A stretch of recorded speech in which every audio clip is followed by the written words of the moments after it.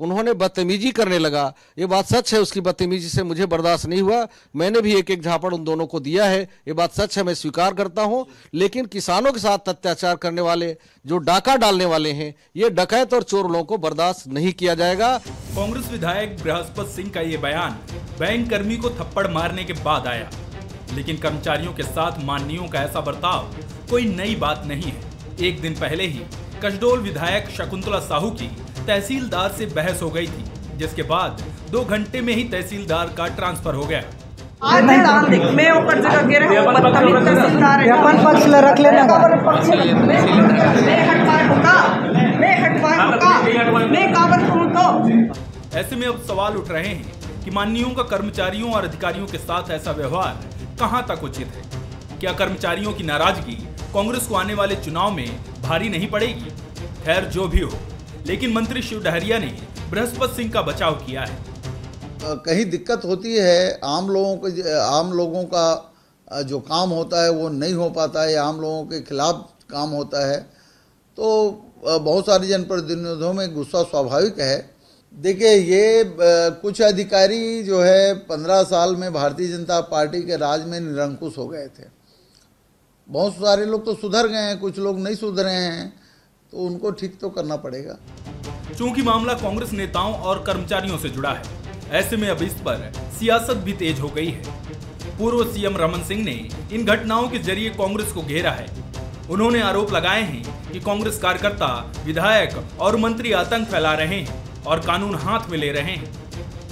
कांग्रेसी कार्यकर्ताओं का, विधायकों का, मंत्रियों का जिस प्रकार आतंक फैल रहा है, जिस प्रकार कानून को हाथ में ले रहे हैं, हमारी मर्यादाओं को लांघने का काम कर रहे हैं, ये एक दिन की घटना नहीं है। लगातार जिलों से शिकायत और रिपोर्ट आती है कि कांग्रेस कार्यकर्ता का व्यवहार अमर्यादित है और ये अधिकारियों को, बैंक के मैनेजर को, बैंक के चपरासी को बुला के जिस प्रकार सार्वजनिक रूप से झापड़ मारने की घटना हुई, ये पूरे अधिकारी वर्ग को अपमानित करने का काम है।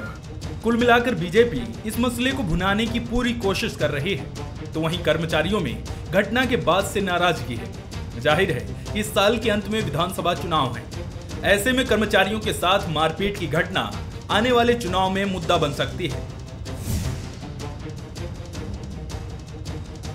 यह सत्ता का सुरूर है या फिर पद की गर्मी ना पचा पाने की कमजोरी, लेकिन इन 2 वजहों से जो कुछ माननीयों के मुख से निकल रहा है वह न तो सियासत के लिए अच्छा है और न ही सत्ता के लिए। हाल ही के दिनों में कुछ परंपरा माननीयों की ऐसी बन गई है, बिना अभद्रता और बिना बदजुबानी के उनका कोई काम ही नहीं नजर आता। फिर आप उंगलियों में गिन सकते हैं उनके नाम, संसदीय सचिव शकुंतला साहू, विधायक बृहस्पति सिंह या फिर विनय जायसवाल, और जितने नाम गिनाना चाहे हम आपको उतने नाम गिना सकते हैं। आखिर क्या वजह है कि सत्ता पक्ष के ही ज्यादा विधायकों की ऐसी धौंस परिपाटी बनते जा रही है? नमस्कार, आज के मुद्दे में आप सभी का स्वागत है। मैं हूं आदित्य नामदेव। पिछले दिनों एक सोशल मीडिया में वीडियो वायरल हुआ। वह वीडियो संसदीय सचिव शकुंतला साहू का था। हालांकि मीडिया में धमकी भरे बोल तो रिकॉर्ड नहीं हो पाए, लेकिन धमकी भरे सवालों के जवाब जब मीडिया ने पूछा तो वह उलझती हुई नजर जरूर आई। 2 दिन गुजर गए, सरगुजा से एक वीडियो और सामने आता है जिसमें विधायक बृहस्पति सिंह बैंक कर्मी को थप्पड़ मारते हुए नजर आते हैं। खैर, यह बात खबरों की है जो आप जानते ही होंगे। हमारा सवाल दूसरा है, आखिर क्यों ऐसा हो रहा है कि सियासतदार अब कानून को हाथ में ले लगे हैं? क्या यह दबंगई दिखाने का तरीका या फिर अपनी खीस को बाहर निकालने के बहाने ढूंढने की कोशिश? हम आज सवाल पार्टी के नेताओं से भी करेंगे और उन पहलुओं को भी खंगालने की कोशिश करेंगे कि आखिर क्या चुनावी वक्त में इस प्रकार जनता के सामने बड़बोलापन दिखाने की वजह है? नेताजी इतने ज्यादा आग बबूला हो जा रहे हैं? आखिर क्यों राजनेता नियम कानून से ऊपर खुद को समझने लगे हैं? आज हम चर्चा इसी विषय पर करेंगे। हमारे साथ चर्चा करने के लिए 3 बेहद खास मेहमान मौजूद हैं। हमारे साथ अमित श्रीवास्तव जी हैं, कांग्रेस के प्रवक्ता हैं, बहुत स्वागत करता हूं उनका। हमारे साथ केदारनाथ गुप्ता जी हैं, बहुत स्वागत करता हूं उनका, भारतीय जनता पार्टी के प्रवक्ता हैं। हमारे साथ अनिरुद्ध दुबे जी हैं, वरिष्ठ पत्रकार हैं, बहुत स्वागत करता हूं मैं उनका। चूंकि विषय कांग्रेस से जुड़ा हुआ है, इसलिए पहला सवाल अमित श्रीवास्तव जी से ही। अमित जी, आपके नेताओं को आजकल हो क्या गया है? सत्ता का ज्यादा नशा चढ़ गया है या फिर अब याद आ रहा है कि जनता के प्रति जवाबदेही दिखानी पड़ेगी, चुनाव नजदीक है, ऐसे में बिगड़े बोल क्यों? और सबसे बड़ी बात है, मारने का अधिकार आखिर माननीयों को दिया किसने? आप तो खुद वकील हैं, थोड़ा समझाने की कोशिश करेंगे कि अधिकार आखिर माननीयों के पास आया कहां से? देखिए, मैं बड़ी जिम्मेदारी के साथ कह सकता हूं और मुझे लगता है कि शायद मैं कहूं तो कुछ लोगों को बुरा भी लगे, लेकिन बात आपने वकालत की है तो मैं आपको बता दूं, हम सब संविधान से बंधे हैं। We are all bonded by law, और संविधान से चूंकि बंधे हैं तो भारत में हर व्यक्ति को अधिकार प्रदत्त है। लेकिन मुझे लगता है कि जितनी भी डिग्रियां मैंने लॉ में ली हैं, कोई भी उसमें कोई भी सेक्शन में किसी भी व्यक्ति को दूसरे व्यक्ति को मारने का तो कम से कम अधिकार नहीं है। और आपने जो अभी पूरा ओपनिंग में कहा, मैं आपकी बातों को बड़ी जिम्मेदारी से गौर से सुन भी रहा था आदित्य भाई। माननीय हो चाहे कोई भी व्यक्ति हो, ये भूपेश बघेल जी की सरकार है। और आपको मैं एक चीज बड़ी जिम्मेदारी के साथ ये कह के जा रहा हूं आपके चैनल में कि जो भी व्यक्ति गलत करेगा उसको बख्शने वाले भूपेश बघेल जी नहीं है, कांग्रेस की सरकार बख्शने वाली नहीं है। और आपके माध्यम से मैं कह दूं, आपने कहा चुनाव आ रहे हैं, तो मैं आपको बता दूं, जनता कभी भी कहते ना तुलसीदास जी की शब्द शब्द सब कोई कहे, शब्द के हाथ ना पाओ, और एक शब्द औषधि करे और एक शब्द करे घाव। तो ऐसा कोई भी शब्दों का प्रयोग हमें कम से कम, हम जिस सोसाइटी में रहते हैं, जिस समाज में रहते हैं, अभद्र भाषा का प्रयोग ना तो हम हमारे ऊपर जिम्मेदारी ज्यादा बनती है क्योंकि हम सत्ता पक्ष के हैं, और दूसरा आदित्य जी कि हम गांधी विचारधारा को मानने वाले लोग हैं, तो हमें ऐसा कैसी गांधीगिरी है, मैं तो मारा हूं और मारूंगा, ये गांधी जी ने सिखाया था? गांधी जी ने तो कहा था कि कोई एक झापड़ मारे दूसरा गाल आगे कर दें, ये तो कह रहे हैं एक झापड़ मारूंगा, कल जरूरत पड़ी तो दूसरा भी मारूंगा। ये कौन से गांधी जी आ गए उनके अंदर? आदित्य जी, 5 उंगलियां होती हैं और मुझे लगता है कि सब उंगलियां एक जैसे नहीं होती, लेकिन मैं शकुंतला साहू, आपके बृहस्पति सिंह, कितनी उंगलियां हैं बताइए? मेरी हाथ की उंगलियां कम पड़ जाएंगी अमित जी। देखिए, जब गिनना मैं देखिए मैं बिल्कुल ऐसी, आपने जो कहा उंगलियां कम पड़ जाएंगी, तो इसी छत्तीसगढ़ की पावन धारा ने वो भी दृश्य देखे हैं जब हमारे को भी विपक्षियों द्वारा नामर्द, अनपढ़ और ना जाने ऐसी अभद्र, मैं तो वैसे संस्कार मेरे नहीं है कि मैं उन शब्दों को भी आपके एक प्रिय लोकप्रिय चैनल पे कह पाऊं। मैं कह सकता हूं, मैं वो सारी चीजों को बता सकता हूं, मेरे नॉलेज में वो सारी बातें हैं, लेकिन मैं आपके माध्यम से कह दूं कि हमें, मैंने जैसा कहा ना, अब अभद्र भाषा का प्रयोग हमारी संस्कृति हमें नहीं सिखाती। और चूंकि हम गांधी विचारधारा के लोग हैं और हमें हम गोडसे की पाठशाला से जो निकले हुए विद्यार्थी हैं, हम उनसे अपनी ना तुलना करते हैं, लेकिन मैं फिर आपके माध्यम से कह दूं कि मेरे संस्कार मुझको अलाउ नहीं करते, नहीं तो मैं वो सारे बयान जो हमें विपक्षियों के द्वारा कहा गया है, अनपढ़, नामर्द और लगातार आप निकम्मे, ऐसे कई शब्द मैंने बताया ना, बहुत सारे ऐसे शब्द हैं जो मेरी जानकारी में है, मेरे नॉलेज में है, लेकिन मैं आपके चैनल पे, लोकप्रिय चैनल पे वो बोलना भी नहीं चाहता। केदार जी, मेरी शर्ट से आपकी शर्ट सफेद कैसे, मैं इस पे नहीं जाना चाहता। क्या आप इनके पक्ष जो अमित जी ने रखा है उससे संतुष्ट हैं? क्योंकि जैसे ही बृहस्पति सिंह का वीडियो सामने आता है, सबसे ज्यादा बीजेपी विरोध में सामने आई। आखिर हो क्या गया सियासतदारों को? मैं केवल कांग्रेस की तरफ से नहीं पूछ रहा हूं, आपके भी कई नेताओं के बिगड़े बोल विधानसभा के भीतर नजर आते थे, विधानसभा के बाहर नजर आते थे। ऐसा नहीं लगता कि माननीयों को बोलने से पहले 2 बार नहीं 10 बार सोचना चाहिए? क्योंकि बहुत से ऐसे फॉलोअर हैं जो उनकी राह पर चलकर आगे नेता बनना चाहते हैं, विधायक बनना चाहते हैं। ऐसा नहीं लगता पार्टियों के लिए भी कोई एक आचार संहिता होनी चाहिए केदार जी? देखिए, बहुत ही मुश्किल और बहुत ही संकट का समय है छत्तीसगढ़ प्रदेश के लिए, जब माननीय भूपेश बघेल जी यहाँ के मुख्यमंत्री हैं और उनके विधायक अगर किसी को सरेआम मार देते हैं, 4 झापड़ फिर मुक्का भी मारते हैं, और उसके बाद कहते हैं आगे भी जरूरत पड़ी तो ऐसा ही काम करूंगा। फिर उनके माननीय मंत्री शिव डहरिया जी कहते हैं कि कुछ सुधर गए हैं, कुछ को सुधारना है, ऐसे ही सुधारेंगे। और शकुंतला जी सरेआम तहसीलदार, जो एक न्याय का भी अधिकार उनको होता है, उनके चैम्बर में कहती हैं कि 3 घंटे में तेरा ट्रांसफर करा दूंगी, और 2 घंटे में करा भी देती है। तो इससे क्या मैसेज जा रहा है? क्या ये जनप्रतिनिधि अब कानून के हिसाब से प्रदेश को नहीं चला पा रहे? क्या अधिकारी कर्मचारी इनकी बात नहीं सुन रहे क्या? या इन्होंने विकास का कोई काम 4.5 वर्षों में नहीं किया, अब जनता के सामने ऐसी सहानुभूति लेके जा रहे हैं कि एक उस व्यक्ति को मार दिया लात जूते, और उसके बाद उसका पूरे चैनल में वीडियो चल रहा है। आखिर वो भी किसी एक समाज का सदस्य है ना, उसके भी बाल बच्चे हैं ना, उसकी भी पत्नी है ना। आखिर क्या हो रहा है? इतना बुरी कदर किसी का अपमान करना और मारना, और उसके बाद कहना। मैं आपके चैनल के माध्यम से गृह मंत्री, डीजीपी, इनसे आग्रह करूंगा कि अगर कोई व्यक्ति धमकी देता है तो आप उसको सुमोटो ले सकते हो, आप उनके खिलाफ रिपोर्ट कर सकते हो, कार्यवाही कर सकते हो, क्या बृहस्पति सिंह विधायक है इसलिए ये लिख कर भी दे रहे हैं तो आईजी और एसपी वहां पर कंप्लेंट नहीं नोट कर रहे? आज ये वहां आंदोलन में बैठे हैं तो भी नहीं सुन रहे? क्या इसलिए नहीं सुन रहे हैं ये कांग्रेस के विधायक हैं और सरकार कांग्रेस की है? और क्या इसलिए नहीं सुन रहे हैं कि बृहस्पति सिंह जी इस सरकार के खास विधायक हैं, 2.5 साल के हिसाब के बंटवारे में इस पलड़े में बैठे थे? मैं कहूंगा कि राजनीति के क्षेत्र में ये चीजें अच्छी नहीं है। माननीय विधायक जी बृहस्पति सिंह जी मेरे अच्छे मित्र हैं, पर आज धर्म संकट है और मुझे ऐसा लगता है कि मैं विपक्ष में हूं, राजनीति के क्षेत्र में हूं, तो मुझे लोकतंत्र और संविधान के साथ खड़ा होना पड़ेगा। और मैं मांग करता हूं कि बृहस्पति सिंह जी इसके लिए माफी मांगे और प्रशासन शासन इसके खिलाफ एफआईआर दर्ज करे और उस व्यक्ति को जैसे मारा गया है तो मैं मांग करूंगा कि उसके पास जाकर लिखित माफी मांग। क्या हो रहा है ये? और ऐसे में प्रदेश कहां जाएगा? आप पहले ही गुंडा राज यहां बना चुके हो, चाकूपुर हो गया, तलवारपुर हो गया, ठाए ठाए गोलियां चल रही है, बलात्कार हो रहे हैं, महिलाओं को बलात्कार के बाद जिंदा जला दिया जा रहा है। और आप ही अगर ऐसे अपराधी कृत करेंगे तो ये अपराधियों को क्या इसीलिए पुलिस नहीं पकड़ रही कि जब नेता विधायक को नहीं पकड़ पा रहे तो अब अपराधियों को क्यों? और आखिर कहां साठगांठ है? क्या कोई बात है? विधायक बृहस्पति सिंह जी ने यह भी कहा है आदित्य जी कि ये लोग फर्जी दस्तखत करके किसानों का पैसा ले रहे हैं और ये बैंक जारी किया। हाँ, ये बैंक के अधिकारी बड़ी बड़ी बिल्डिंग बना रहे हैं, जबकि उसमें अध्यक्ष तो कांग्रेस पार्टी के ही बैठे हैं बैंक में। तो क्या हिस्सा नहीं मिला क्या बृहस्पति जी? या किसानों की लूट में शामिल होने का हिस्सा नहीं मिल रहा आपको? और आप किसान कह के 55,000 करोड़ के लोन में भी प्रदेश को डुबा दिए हैं और उसके बाद कहते हैं किसानों के पैसे से अधिकारी बिल्डिंग बना रहे हैं। तो आप क्या कर रहे हो? सरकार क्या कर रही है? निश्चित रूप से मोहन मरकाम जी ने विधानसभा में कहा था डीएमएफ में 9 करोड़ का घोटाला है और आज आप इसी भ्रष्टाचार के कारण उस बेचारे गरीब अधिकारी को मार रहा है। यह उचित नहीं है। अनिरुद्ध जी, क्या ये चुनावी रंग है जो आप देख रहे हैं? क्या नेताओं को एक आध बार ऐसी कोई खबर पहले आती थी, समझ में आता था, अब रोज का हो गया है? क्या बीजेपी और कांग्रेस में कुछ अंतर पा रहे हैं आप ये दोनों के शासनकाल में? क्या पिछली बार भी वही था और अभी वही नजर आ रहा है? देखिए, क्या ये घटना है, ये कम चुनावी रंग नहीं है, लेकिन इस घटना का चुनावी असर पड़ सकता है। और देखिए, जिस जगह पे ऐसी अगर कहीं चिंगारी अगर कहीं छूटे, चिंगारी सुलगे, तो उसका असर आसपास की विधानसभा सीटों पर भी पड़ता है। अब आपने तुलनात्मक बात कही कि मतलब एक तुलनात्मक पक्ष है, तो मैं एक चीज कहना चाहूंगा।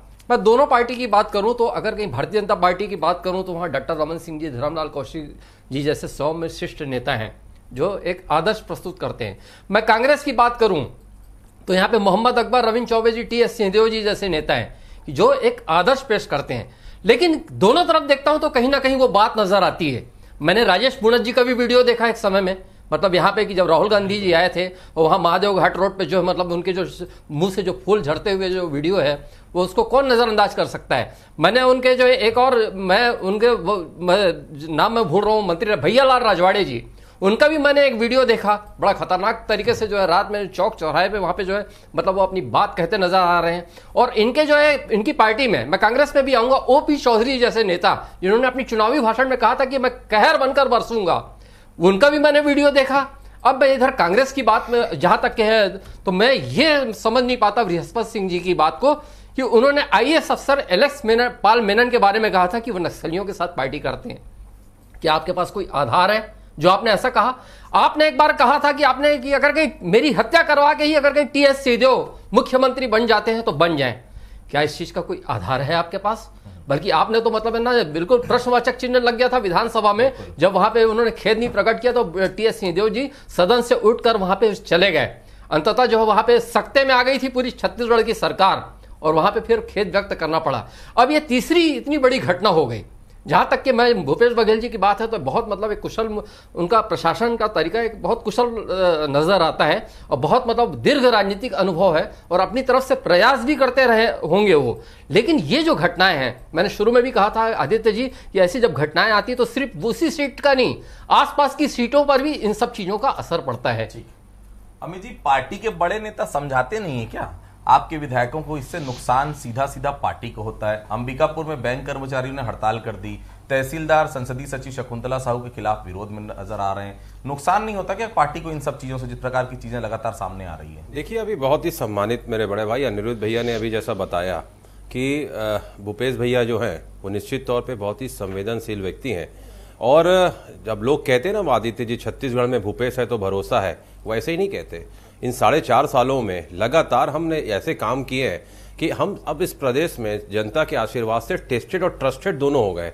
और मैं आपके माध्यम से बड़ी जिम्मेदारी के साथ, शायद मैं कहूं तो मैंने फिर कहा कि किसी को बुरा लग सकता है, लेकिन आज जैसा हम बैठे हैं तो आज लोकतंत्र की जब बात होगी तो हम हमेशा लोकतंत्र के साथ खड़े रहेंगे। और मैं आपके माध्यम से कहना चाहता हूं कि भूपेश बघेल जी की सरकार कभी भी, क्योंकि हमने ऐसा उदाहरण प्रस्तुत किए हैं कि जो व्यक्ति छत्तीसगढ़ में कानून तोड़ता है, कानून को अपने हाथ में लेता है, उस पर वो कार्रवाई करने में थोड़ा भी मैं पर्सनली जानता हूं, इसलिए मैं आपको बता रहा हूं कि वो किंचित मात्र भी देर नहीं लगाते। और आपके माध्यम से मैं फिर कह रहा हूं कि आपने कहा नेता समझाते नहीं है क्या, मुझे लगता है जब व्यक्ति बड़ा हो जाता है और जनता के आशीर्वाद उसको मिलता है तो व्यक्ति खुद ही समझदार हो जाता है, मुझे ऐसा लगता है आदित्य जी। लेकिन फिर मैं आपके माध्यम से कहना चाहूंगा कि इस प्रदेश में हमने कई बार ऐसे आदर्श प्रस्तुत किए हैं। पूर्ववर्ती सरकार के समय अभी भैया ने हमको याद भी दिलाया कि एक पूर्व मंत्री ने जिस प्रकार से एक हमारे पुलिस अधिकारी से गाली गलौज की थी, बहुत ही सम्मानित मेरे बड़े भाई भाजपा के प्रवक्ता केदार भैया भी एक उदाहरण प्रस्तुत कर रहे थे, कह रहे थे पुलिस प्रशासन नहीं था क्या। ये देखिए इनका दोहरा चाल चरित्र और चेहरा आज आपके चैनल के सामने आ गया। जब इनके पूर्व मंत्री ने गाली बका था तब क्या यही भाषा आपके चैनल पे ये बोलते थे? नहीं बोलते थे साहब, मैंने कई बार इनके साथ डिबेट किया है। मैं बड़ी जिम्मेदारी से कह रहा हूं, मेरे बड़े भाई हैं केदार भैया, लेकिन मेरा उनके साथ कोई मनभेद नहीं है, मतभेद है। और मैं उजागर भी इसीलिए कर रहा हूं कि आज देखिए इनका चाल चरित्र और चेहरा, ये उस समय कुछ और कहते थे और आज ये मांग कर रहे हैं। तो मैं फिर आपके माध्यम से कहता हूं कि आदित्य जी, मैं बार बार कहता हूं कि ऐसा कोई काम हमें सार्वजनिक जीवन में आने के बाद नहीं करना चाहिए जिससे पार्टी की छवि धूमिल हो, व्यक्ति की छवि धूमिल हो या किसी व्यक्ति को बुरा लगे। लेकिन मैं फिर आपके माध्यम से कह रहा हूं ये भूपेश बघेल जी की सरकार है और अगर कोई भी व्यक्ति यहां पर कानून अपने हाथ में लेगा तो हमारे हाथ नहीं कांपते। हमने ऐसे उदाहरण प्रस्तुत किए हैं पूर्ववर्ती सरकार के जैसे नहीं, और लगातार मैंने कहा ना हमने तो बहुत संयम बरता है। लेकिन आज आप देखिए कि हम सत्ता पक्ष में होने के बाद हमने कहते हैं ना कि वो जुगनू की रोशनी में भी मगरूर हो गए, हमने सूरज की रोशनी में भी अदब नहीं खोया। तो हमने बहुत कुछ सहा है आदित्य जी, और अभद्र भाषा का प्रयोग, जहरीली बयानबाजी और अशिष्ट भाषा का प्रयोग हम चाह के भी नहीं कर सकते। लेकिन शायरियां थोड़ा सा बृहस्पति जी को भी सिखाइए। बृहस्पति जी बहुत गुस्से में नजर आते हैं आजकल। हालांकि ख्याल केदार जी मेरे साथ जुड़े। केदार जी, क्या पार्टी के लिए कोई आचार संहिता नहीं होती? क्या राजनीतिक पार्टियां, नेता कुछ भी चाहे वो बयान दे दे, ऐसे बयानों पर रोक नहीं लगनी चाहिए? और आपकी पार्टी का क्या रुख है ऐसे बयानों को लेकर? केदार जी देखिए, बहुत स्पष्ट रुख है।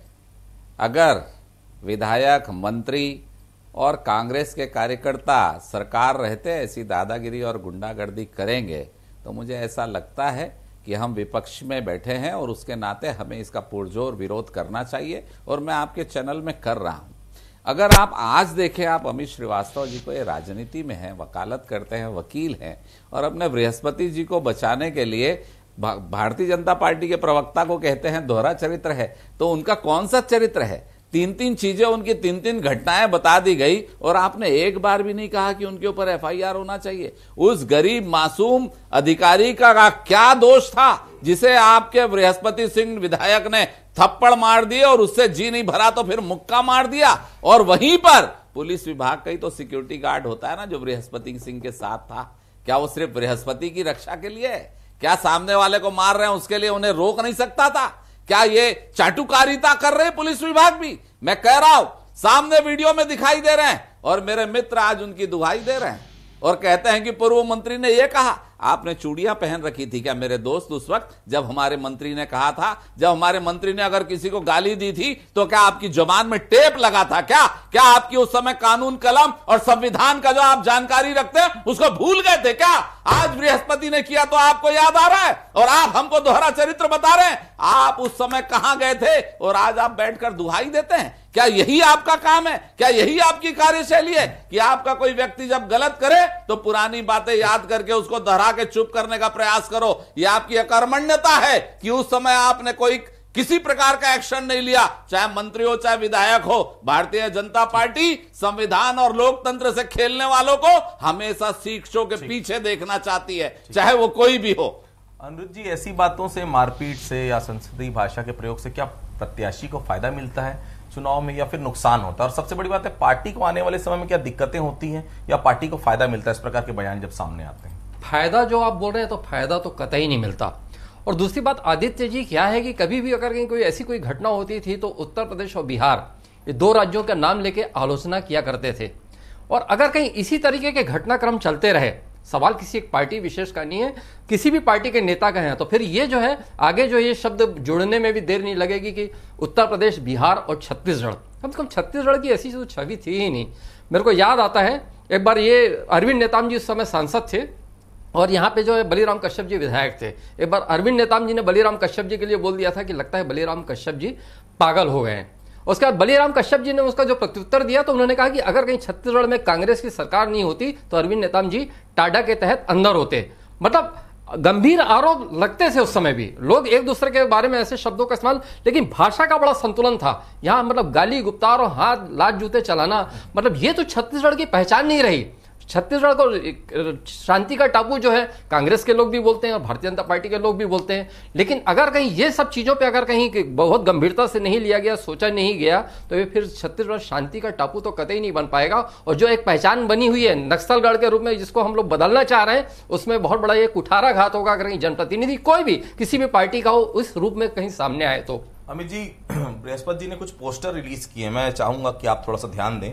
सहकारी बैंक के कर्मचारी किसानों के खाते से अलग अलग फर्जी कारण बताकर पैसा निकाल रहे हैं, लूट रहे हैं। सरकारी बैंक के कर्मचारी उनकी जमापोशी को भी निकाल रहे हैं, भ्रष्टाचार कर रहे हैं, केसीसी खाते से पैसा काट रहे हैं, 7 रुपए प्रति बोरा 7 रुपए की उगाही कर रहे हैं। ये कोई और नहीं, आपके खुद बृहस्पति सिंह ने पोस्टर जारी किया है और लिखा है किसानों के सम्मान में बृहस्पति भैया मैदान में। बृहस्पति सिंह के मुद्दे पर पार्टी का आखिर स्टैंड क्या है? अमित जी देखिए, मैं आपको बता दूं कि ये प्रदेश में स्वयं किसान जो है उनकी सरकार है, खुद स्वयं मुख्यमंत्री जी एक किसान है।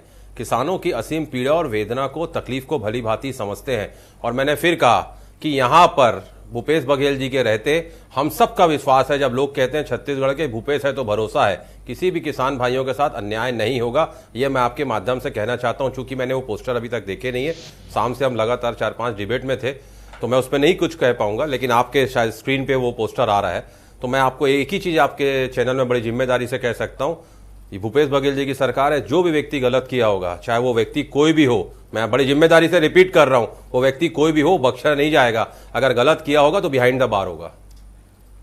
सुना आपने केदार जी?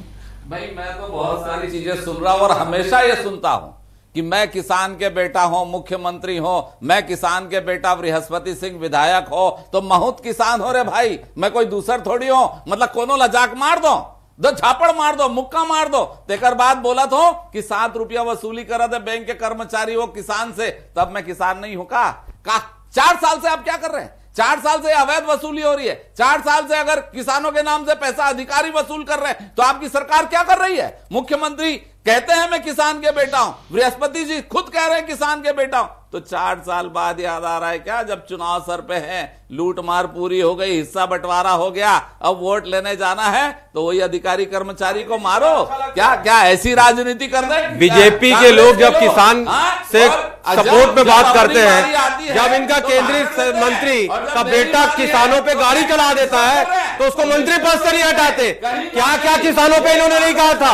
आज चुनाव आ रहा है तो किसान के हमदर्द बन रहे हैं, किसानों के हमदर्द बन रहे हैं। अरे जनता देख रही है साहब, किसान भाई छत्तीसगढ़ में देख रहा है, आपकी बातों में नहीं आने वाला।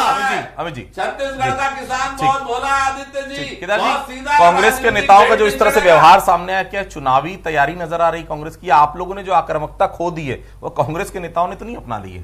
नहीं, भारतीय जनता पार्टी ऐसी आक्रामकता नहीं रखती। लोकतंत्र और संविधान के अनुरूप हमारा विरोध होता है, और जब हम विरोध करने जाते हैं तो इनकी सरकार उन अधिकारियों को अलोकतांत्रिक ढंग से कहती है कि इनके सर पर अश्रु गैस के गोले फोड़ो, और उसके ऊपर भी अधिकारी के ऊपर कार्रवाई नहीं होती।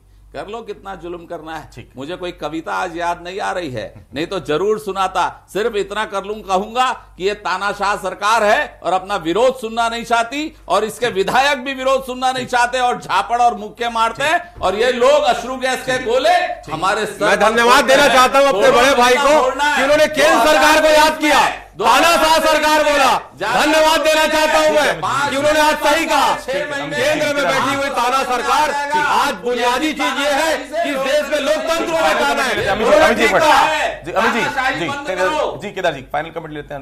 अमृत जी सोशल मीडिया में जो कमेंट हम देख रहे हैं, अधिकतर कमेंट में ये कहा जा रहा है कि ज्यादा सालों के बाद सत्ता कांग्रेस को हाथ लगी, इसलिए कांग्रेस विधायकों का इस प्रकार से असंसदीय भाषा, मारपीट का वीडियो सामने आ रहा है। क्या वाकई ऐसा है कि बीजेपी के समय में इस तरह का व्यवहार आपने नहीं देखा था? नहीं, देखिए बहुत साल बाद सत्ता मिली ऐसा नहीं। देखिए 71 विधायक हैं, अब सब सारे लोगों को एक तराजू पे नहीं तोल सकते। और मुख्यमंत्री भूपेश बघेल जी एक शब्द है जिसको 4-5 बार दोहरा चुके हैं कि असहमति का भी हम सम्मान करते हैं। तो अगर कहीं वो है तो उस आदर्श को, उसी चीज को लेकर उनके विधायक आगे बढ़े। ठीक, तो देखिए माननीयों को बहुत हिसाब से बोलना चाहिए। और सीधा किसी ने कहा है कि जो बोल हम बोलते हैं उसके ना हाथ होते ना पैर होते हैं, बहुत सोच समझ के बोलिए, तोल मोल कर बोलिए और उतना ही बोलिए जितनी जरूरत है। और सबसे बड़ी बात है, माननीयों को बिल्कुल शोभा नहीं देता कि वह आपकी जो जनता है, क्योंकि बैंक कर्मचारी भी आपका वहां का कहीं ना कहीं आपका लोकल जगह का होगा, आपकी जनता होगी, आपका वोटर होगा, आप उसके ऊपर हाथ नहीं उठा सकते। इस बात का विशेष रूप से ध्यान रखें। भारतीय जनता पार्टी का हालांकि कहना है कि हम इन सब चीजों में नहीं है, लेकिन दोनों ही पार्टियों के लिए आचार संहिता जरूर होनी चाहिए। आप सभी हमारे साथ जुड़े, आप सभी लोगों को बहुत बहुत धन्यवाद। तो आज फिलहाल इतना ही, कल किसी अन्य मुद्दे पर फिर से मुलाकात होगी, तब तक के लिए बहुत बहुत धन्यवाद।